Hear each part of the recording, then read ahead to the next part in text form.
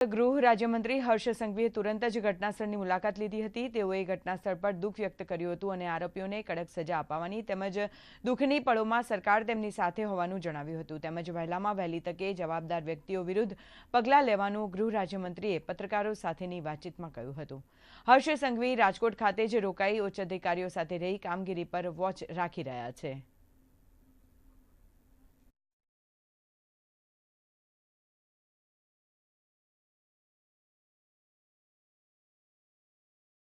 જે દુર્ઘટના બની છે જેમાં અનેક લોકોએ પોતાના પરિવારજનો,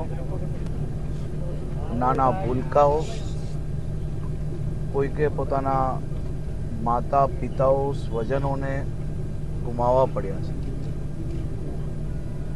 આ ઘટનાના તુરંત બાદ જાણકારી મળતાની સાથે જ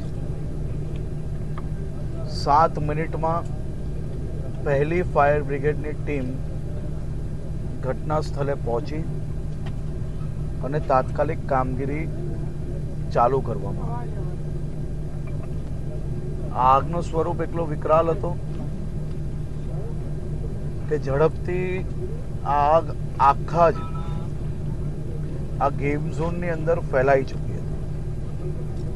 હમણાં 2:15 વાગે રાજકોટ પહોંચ્યા પછી આ ઘટના સ્થળની સંપૂર્ણ મુલાકાત લીધા બાદ હાલ જ જે એસઆઈટીની રચના કરવામાં આવી છે એ એસઆઈટીના સૌ અધિકારીઓને 3 વાગ્યા સુધી રાજકોટ ખાતે રિપોર્ટિંગ કરવાની સૂચના આપવામાં આવી।